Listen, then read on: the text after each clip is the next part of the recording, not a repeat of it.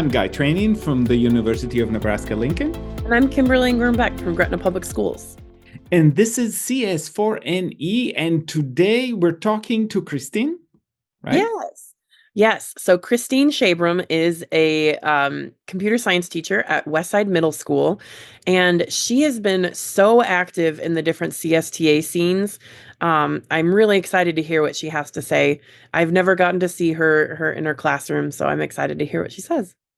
Yeah, and it's always good. We hear a lot from high school teachers and even in other instances from professionals in the field. I love hearing from middle school teachers. I think my middle school is a magical time. And that is, it's after the elementary school years when you're getting all the basics in, and it's before high school and thinking about what counts for graduation and what prepares me for college and all of that. And middle school allows us to play a little bit more and to be more open-ended in some ways. And so I find what middle school teachers tend to do very creative and magical. So let's go to the interview. Hi, Christine. Thanks so much for joining us today. Thanks for having me. All right. Can you tell us a little bit about yourself and about your experience in computer science education? Yeah, so I'm a middle school teacher at Westside Middle School in Omaha, Nebraska. I've been teaching at WMS for 21 years. I teach seventh grade business and technology and computer science, which is a required class for all of our seventh graders. And then I also sponsor a Girls Who Code club. Outside the classroom, I've done a lot of stuff to further computer science education. For 10 years, I've sponsored girls to attend UNO's Code Crush. For several years, I've also helped and taught at UNO's Gen Cyber, which is a cybersecurity camp. And then I'm also a very active member in CSTA. I've been a member of the CSTA Annual Conference Committee since 2018. I've served as the middle school strand lead, the review chair, the conference chair in 2022.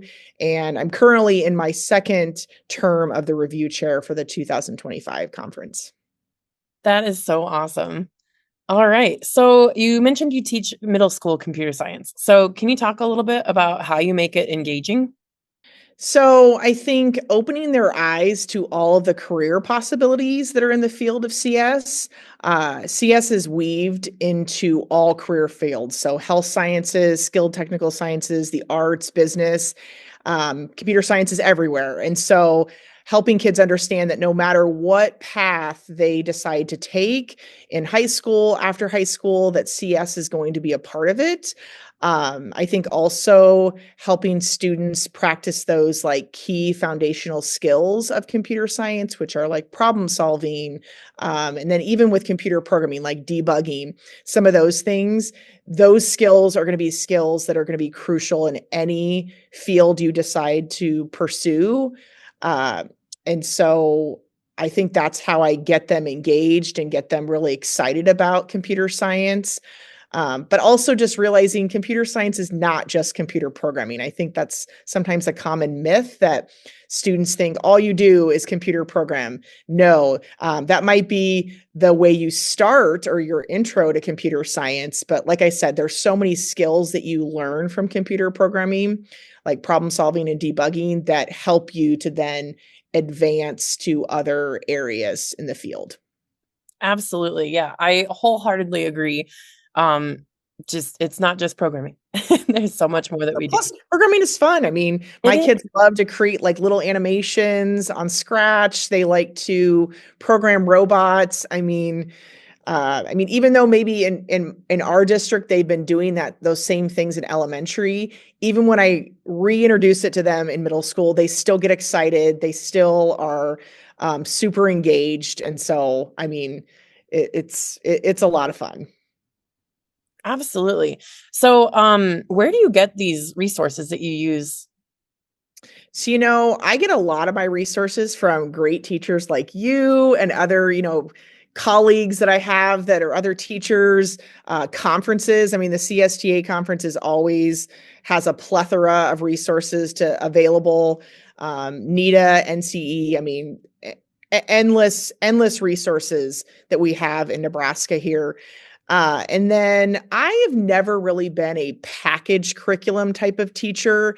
I know that there are lots of them out there, but I like to like pick and choose what I like from those and then kind of put together my own lessons. Only because, I mean, all of us have different students sitting in our classrooms, all learners that have different educational levels and accommodations. And I just like to be able to put together my own lesson to meet the needs of the learners in my classroom.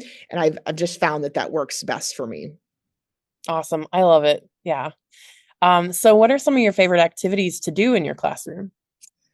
Wow. So I love to have my kids problem solve, and I especially love for them to experience failure because I feel like that is something that they do not experience a lot of, especially in middle school. I mean, our middle school is seventh and eighth, and so they're coming from elementary. They've had a lot of things in place where they've gotten a lot of assistance from teachers, but not many opportunities to fail.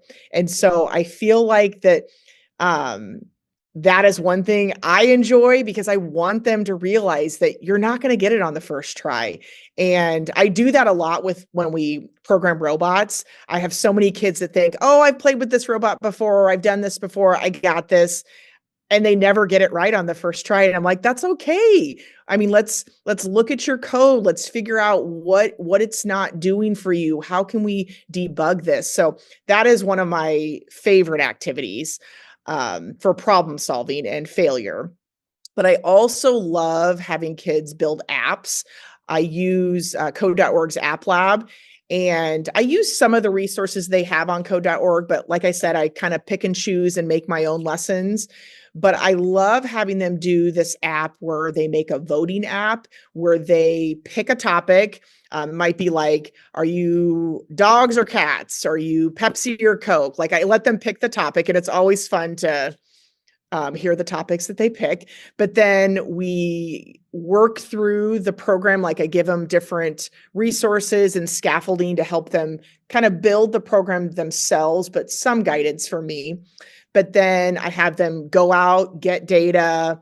We come back, we do a little bit of data analysis, but it's always so fun because they feel like they created something that they're interested in. It's like kind of has more ownership, but then they get to go out and actually talk to their peers and get them to have like that user experience with them, with their app. And so that one is just a great activity I like to do because it just gets kids super engaged and super excited about something that they have built. That sounds so awesome. I love Yeah. that. Yeah. So tell us about your extracurricular programs and how they complement your regular computer science instruction in the classroom. So, like I said, I sponsor a Girls Who Code club, and this is a club that we do a little bit of everything. Like, it's not just coding. Actually, the last couple years, the girls that I've had in that club, they have been really excited about like tinkering with things, building things. So last year we did sewable circuits, like we learned how to sew. We uh, made like light up masks, and it was you know it was like a failure experience for me because I was like, I know a little bit about this, but I'm going to teach you girls how to do this, and if we fail, we're going to fail together, but we're going to figure it out and we're going to problem solve. And I mean, it all worked out. So that was last year. This year, same thing. They're really into building things. We just got done building electric cars. And so I bought motors and propellers and wheels. And I just went on YouTube and found DIY electric cars. One of the girls built a car out of a Pringles can. One girl just found like random pieces of cardboard. And I mean, so they're just building stuff. And then in a few weeks here, we're actually going to build Bluetooth speakers that I bought some kits on Amazon. But right now they're really into building stuff, not necessarily coding. But I have had years where we've spent the entire year like programming, learning HTML and doing all coding. So it just kind of depends. Every year I get a new group of girls, and I try to refresh the content because I have girls that were in it in 7th grade and they come back as 8th graders. So I don't want them to redo stuff that we did the previous year. But yeah, it's a lot of fun.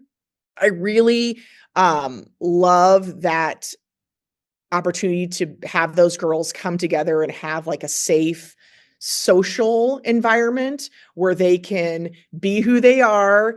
They love technology, they love electronics, and it's a safe space for them to just be with other girls that have their same interests. So sometimes it gets a little loud in here, and I mean, but lots of fun. So that sounds amazing. Yeah, and very memorable experiences for those students too. Yeah, for sure. That's really awesome. So my last question for you is, what advice would you give to aspiring computer science teachers, particularly those interested in working with middle school students? Well, I would for sure say find your group of people. Like it's your people at school, your people outside school. I love the quote, you're the average of the 5 people that you surround yourself with or spend time with. The name of that, Jim Rohn, I think he said that. But the people that you surround yourself with are who are going to shape you. And so when I became an educator, I gravitated towards the people in my building that I wanted to be that teacher. Like the older teachers that I want to be who you are. Like you are the teacher that I want to be. And so and now that I've been teaching for 21 years, I mean, I see these newer teachers coming in, and I mean, I still learn things from newer teachers, but I feel like surrounding yourself with people that can help you to shape who you want to be is one thing that I would definitely give to like an aspiring teacher or aspiring computer science teacher. But then I also, just because I feel like middle school is that, age where whenever I tell people I'm a middle school teacher, they're like, oh my gosh, I couldn't do that. Or I don't know how you do that. And I'm always like, you don't know until you try something. I mean, so you can't say that you don't know could do it, or you wouldn't enjoy doing it unless you've actually experienced it. When I started 21 years ago, I wanted a job, so I took the job, but at the time I didn't really have an idea of what grade level I wanted to teach because I actually did my student teaching in high school. And so I took the job, and here I am 21 years later. I love middle school kids. I love teaching 7th graders. They're just so fun. And I mean, I'd be lying if I didn't say that I do teach more than just my content area. I mean, I teach a lot of social skills. I teach a lot of manners. But you know what? That's just part of being a teacher too, is that you're gonna be the other adult in this child's life that they might not be getting those things, those skills, other places. And so we need to fill in and help those kids become safe, respectful, and responsible, citizens, I guess. So I feel like that's a very teacher thing to say that I do, but yeah, I love teaching this age group. So that's awesome. All right. Well, thank you so much. I really appreciate you taking the time to join us today. Yeah, thanks for having me. That was great. I really appreciated talking with Christine. I love hearing about the extracurricular things she does with her students too, just to kind of reinforce what they're learning in the classroom, but also take it to other levels, like wearables. That's not something that we would probably do in classes, but what a fun experience for her students. Yeah, and what I love about this is not the after-school events, programs, clubs, whatever, replacing what happens in the school. School still happens. Computer science is still being taught. This is extra. And that's where, for me at least, is the best place to put that kind of an approach to computer science. For a while, many school districts were telling us, we have these after-school clubs, so everybody who's interested can get it there. And I felt a little bit uncomfortable with it. First of all, I think computer science is a core subject in the 21st century. And so that's the first thing. But the second thing, from an access perspective, not everybody's got the capacity to join an after-school program. They may have family obligations, they may have work obligations, other things are happening. So we've got to make sure that these are extra opportunities that we definitely want to offer, like, Girls Who Code or whatever other opportunities. And she's a great example of a teacher who goes out and finds those opportunities and bring them in. And we want to have that. But we do need to lay a foundation within the school day so everybody's got access and everybody's got a chance to learn these things. Definitely. Yep. All right. So another great interview, another thing we've learned. And don't forget to contact us if you have questions or suggestions for teachers we should talk to. And we'll see you next time on CS4NE. Bye.